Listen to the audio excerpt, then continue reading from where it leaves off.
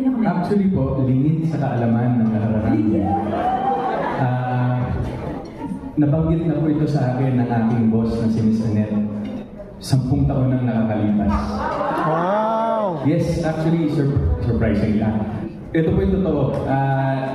Na ang pulang araw po ay matagal nang nasa baon ng konserto ng GMA. At cut to pagkatapos ng 10 taon ay ngayon siya ulit nabigyan ng pagkakataong gawin.